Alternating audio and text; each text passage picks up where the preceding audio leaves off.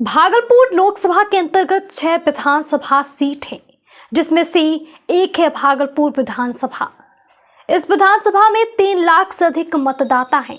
हालांकि विधानसभा चुनाव में 50% के आसपास ही वोटिंग यहाँ होती रही है। यहाँ वोटरों की कुल संख्या 3,52,624 है, जिसमें पुरुष मतदाता 1,78,618 है, जबकि 1,73,978 महिलाएं मतदाता हैं। अन्य 28 वोटर भी शामिल हैं। भागलपुर विधानसभा बिहार की हॉट सीट मानी जाती है।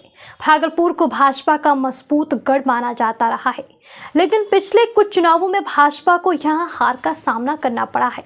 आज़ादी के बाद से भागलपुर विधानसभा में कांग्रेस, जनसंघ, जनता पार्टी, कांग्रेस और भाजपा के प्रत्याशियों ने इस सीट पर जीत हासिल की है। भाजपा के कद्दावर नेता अश्विनी कुमार चौबे 5 बार इस सीट से जीत चुके हैं। अश्विनी चौबे सांसद बने तो इस सीट पर उपचुनाव हुए। उसके बाद से कांग्रेस का इस सीट पर कब्जा है। 1995 से 2014 तक अश्विनी चौबे यहां से जीतकर विधायक बने और नीतीश सरकार में अलग अलग विभागों के मंत्री बनाए जाते रहे। तत्कालीन विधायक अश्विनी चौबे बक्सर से सांसद बने तो 2014 में भागलपुर विधानसभा सीट पर उपचुनाव हुआ। इस चुनाव में भाजपा के प्रत्याशी नभय कुमार चौधरी थे। कांग्रेस के प्रत्याशी अजीत शर्मा बने। अजीत शर्मा ने इस उपचुनाव में भाजपा प्रत्याशी को बड़ी अंतराल से हराया, जिसके बाद भागलपुर सीट पर लंबे अरसे बाद कांग्रेस की वापसी हुई। भागलपुर विधानसभा सीट पर 2015 के विधानसभा चुनाव में कांग्रेस से अजीत शर्मा तो भाजपा की ओर से प्रत्याशी बनाए गए। अश्विनी चौबे के पुत्र अजीत चौबे के बीच सीधी टक्कर हुई। इस चुनाव में भाजपा की हार हुई और अजीत शर्मा फिर से विधायक बने। अजीत शर्मा को इस चुनाव में 70,514 वोट मिले थे, जबकि भाजपा के अजीत चौबे को 59,856 वोटों से संतोष करना पड़ा था। इस चुनाव में भाजपा के सक्रिय नेता रहे विजय शाह ने पार्टी से बगावत करके निर्दलीय प्रत्याशी के तौर पर चुनाव लड़ा था। उन्हें 15,212 वोट हासिल हुआ था। चर्चा रही है कि विजय शाह को मिले वोटों ने भी भाजपा का नुकसान किया। विजय शाह अब फिर से भाजपा में वापस लौटने हैं। बिहार विधानसभा चुनाव 2020 में भाजपा ने अर्जित का टिकट काटकर इस बार तत्कालीन जिलाध्यक्ष रोहित पांडे को प्रत्याशी बनाया।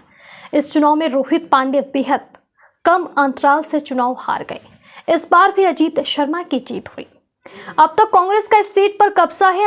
अजीत शर्मा को 65,502 तो रोहित पांडे को 64,389 वोट मिले थे।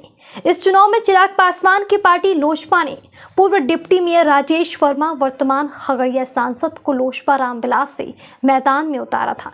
राजेश वर्मा ने 20,523 वोट लाए थे। तब यहां भाजपा की हार में लोजपा रामविलास की ओर से प्रत्याशी देना भी एक वजह माना गया था। भागलपुर विधानसभा में मुस्लिम वोटरों की भी संख्या सबसे अधिक है, जो मजबूती से अपने वोटों के जरिए इस सीट पर हार जीत तय करते हैं। उसके बाद वैश्य मतदाताओं की संख्या है।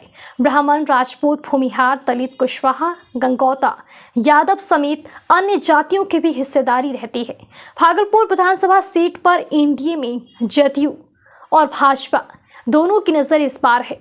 जदयू ने भी खुलकर दावेदारी ठोकी है। हालांकि सीट शेयरिंग में भागलपुर सीट भाजपा के खाते में रहने की अधिक संभावना है। भाजपा यहां पूरी तरह एक्टिव हो चुकी है। इस बार भाजपा किसे टिकट देगी, इस पर संशय बना हुआ है। भाजपा के कुछ सीनियर नेता भी यहां से भाग के आसमानी के चक्कर में सक्रिय दिख रहे हैं। महागठबंधन में कांग्रेस और राजद में किसी एक दल के खाते में यह सीट जा सकती है। हालांकि कांग्रेस लगातार इस सीट पर जीत रही है, इसलिए कांग्रेस के खाते में सीट जाने की संभावना अधिक है। कांग्रेस विधायक अजीत शर्मा इस बार लोकसभा चुनाव में महागठबंधन के उम्मीदवार थे। उनकी हार हुई तो राजद की नजर भी इस सीट पर है। राजद ने भागलपुर का लोकसभा चुनाव 2014 में जीता था। प्रचंड मोदी लहर में मिली जीत से राजद यहाँ लगातार उम्मीद बनाई रहती है। बाकी इस खबर पर आपकी क्या राय है, हमें कमेंट करके ज़रूर बताएं। अगर आपने हमारे चैनल को सब्सक्राइब नहीं किया है तो हमारे चैनल को सब्सक्राइब कर लें। धन्यवाद।